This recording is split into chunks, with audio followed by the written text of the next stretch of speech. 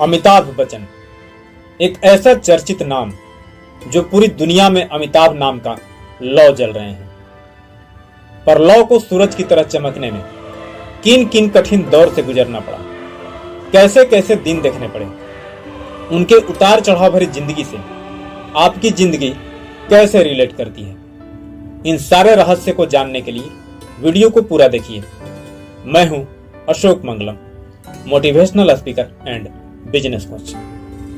ऐसा ही educational, motivational and devotional video देखने के लिए चैनल को जरूर सब्सक्राइब कीजिए एंड ये वीडियो अच्छा लगे तो लाइक एंड कमेंट कीजिए और अपने दोस्तों के साथ जरूर शेयर कीजिए।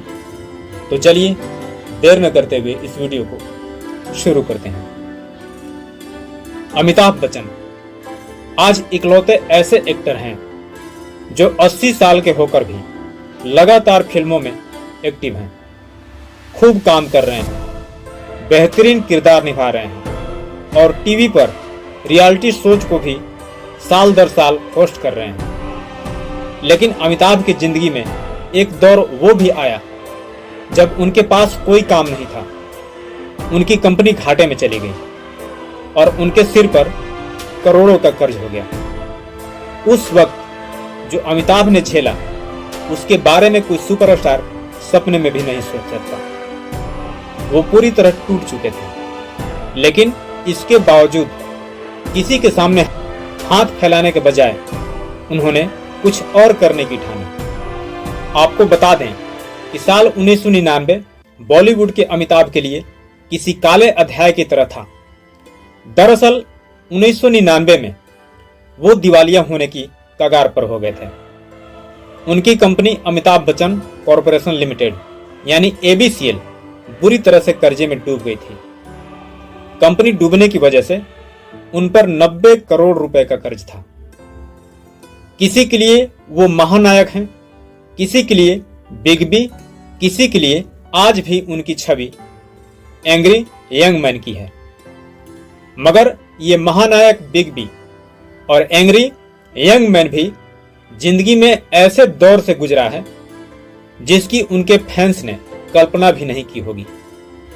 आज घर घर में KBC का सीजन 15 लेकर फिर से अमिताभ बच्चन दर्शकों से रूबरू हो रहे हैं। दोस्तों, आपको बता दें कि ये KBC ही है जिसने अमिताभ बच्चन की डूबती जिंदगी को सहारा दिया था। बच्चन साहब ने किसी स्पीच में ये बहुत ही जोर देकर कहा कि 1990 के दशक में जब पूरी तरह दिवालिया हो गया था, तब रिलायंस के फाउंडर धीरूभाई अंबानी यानी मेरे मित्र अनिल अंबानी के फादर ने कहा मेरे मित्र अनिल से कि उसका बुरा वक्त चल रहा है, जाकर उसे कुछ पैसे दे दो।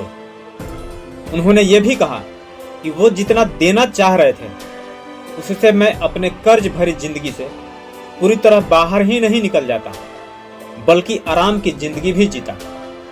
पर ऐसा करने से मेरा स्वाभिमान रोक दिया और आज मैं फिर से उस कर्ज भरी जिंदगी से वापस आ गया हूं और अब उनके नजर में मेरी इज्जत और बढ़ गई। वो खुद बोले कि ऐसा खुददार इंसान बहुत कम मिलते हैं, कोई और होता तो शायद वो ऐसा नहीं करता। दोस्तों, उनके व्यक्तित्व हमें बहुत कुछ सिखाता है कि अपने बलबूते पर कैसे खड़ा होते हैं। बस जरूरत है उस फील्ड के पक्के खिलाड़ी बनने का जिस फील्ड में सफल होना चाहते हैं। तो आपको बता दें कि ये KBC ही है जिसने अमिताभ बच्चन की डूबती जिंदगी को सहारा दिया था। सन 2000 की ही बात है जब अमिताभ बच्चन पूरी तरह कर्ज में डूबे थे। उन पर 90 करोड़ रुपए का कर्ज था। उनकी कंपनी ABCL बंद होने को थी। उनके पास न खास फिल्में थीं और न ही कोई दूसरा ऐसा काम जिससे वो कर्ज चुका सकते। उनके घर पर उनके प्रतीक्षा में घर के बाहर सुबह से लेनदारों की लंबी लाइन लग जाया करती थी। सिर्फ इतना ही नहीं, पैसे वापस लेने के लिए लोग उन्हें गालियां और धमकियां तक देते थे। अमिताभ बच्चन ही नहीं, पूरे बच्चन परिवार के लिए यह बेहद बुरा वक्त था। अमिताभ बच्चन कई इंटरव्यू में इसका जिक्र भी कर चुके हैं। उनकी माने तो उनके 44 साल के करियर का वो सबसे बुरा और भयानक वक्त था। तब अमिताभ बच्चन यश चोपड़ा के पास काम मांगने गए थे और यश चोपड़ा जी ने उन्हें मोहब्बतें में एक अहम रोल दिया था। मगर जितना कर्ज अमिताभ बच्चन पर था, उसके लिए सिर्फ मोहब्बतें में एक रोल मिलना काफी नहीं थी। अमिताभ लगातार अपने विकल्पों की तलाश कर रहे थे। तभी स्टार प्लस उनके पास केबीसी का प्रोजेक्ट लेकर पहुंचा। अमिताभ को काम की जरूरत थी। काम क्या था, इस बारे में ज्यादा सोचना उन्हें ठीक नहीं लगा। उन्होंने हां कर दी और सबकी सोच से परे इस शो ने रातों रात अमिताभ बच्चन को फिर से एक बार आम जनता और सिनेमा इंडस्ट्री दोनों के सामने एक नए रूप में पेश किया। अमिताभ इसके बाद जहां लोगों को करोड़पति बनने का मौका दे रहे थे, वहीं वह खुद भी अपने कर्ज और आर्थिक तंगी से बाहर निकल रहे थे।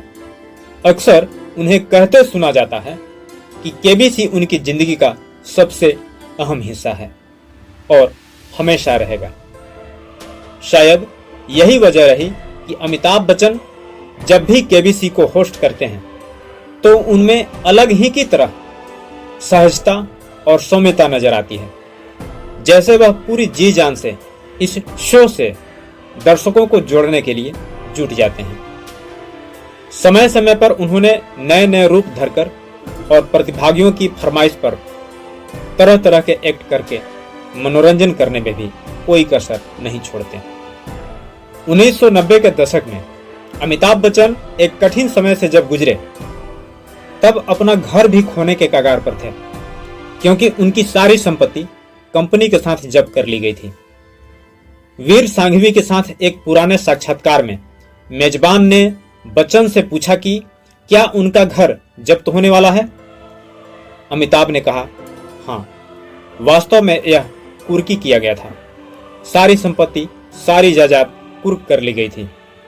इसलिए जब आप व्यक्तिगत गारंटी पर हस्ताक्षर करते हैं तो आप व्यक्तिगत रूप से इस भुगतान करने के लिए उत्तरदायी होते हैं और इसलिए लगभग 90 करोड़ रुपए वापस चुकाने थे। बच्चन साहब ने कहा कि जो लोग पहले उनकी कंपनी और उनसे जुड़ने के लिए बहुत उत्साहित थे, वे अचानक बहुत शत्रुतापूर्ण, बहुत अपमानजनक और असभ्य हो गए थे। उन्होंने कहा, कुल मिलाकर यह बहुत अच्छी तस्वीर नहीं है। अपने कर्ज के बारे में बोलते हुए बच्चन ने कहा कि इसमें बहुत सारा हिस्सा प्रसार भारती, दूरदर्शन जैसे सरकारी संस्थानों के पास था। इसका बहुत सा हिस्सा बैंकों, वित्तीय संस्थानों, व्यक्तिगत ऋणों के साथ था। मेरे और जया ने व्यक्तिगत रूप से गारंटी दी थी। बच्चन ने कहा कि उस समय उन्हें वित्तीय रूप से गलत सलाह दी गई थी और कहा गया था कि कुछ भी नहीं होगा। यही वजह है कि उन्होंने कुछ व्यक्तिगत गारंटी पर हस्ताक्षर किए। इस तूफान के बीच में ही अमिताभ बच्चन को यश चोपड़ा के रूप में एक जीवन रक्षक नाव मिली, क्योंकि दिवंगत निर्देशक ने उन्हें मोहब्बतें में एक भूमिका का पेशकश की थी। टेलीविजन शो कौन बनेगा करोड़पति की सफलता ने भी उनके करियर को पटरी पर लाने में बहुत ही दमदार मदद किया। दोस्तों, किसी की भी जिंदगी में जब चमक दमक दिखता है तो उसके पीछे का संघर्ष और त्याग देखे बिना लोग केवल कल्पना करते हैं कि काश मेरी जिंदगी भी ऐसा ही होता।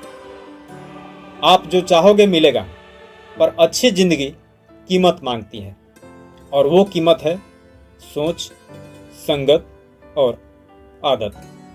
पहला, आपका सोच किस लेवल का है, और दूसरा, आपका संगत कैसा है, और तीसरा, आपका आदत कैसा है।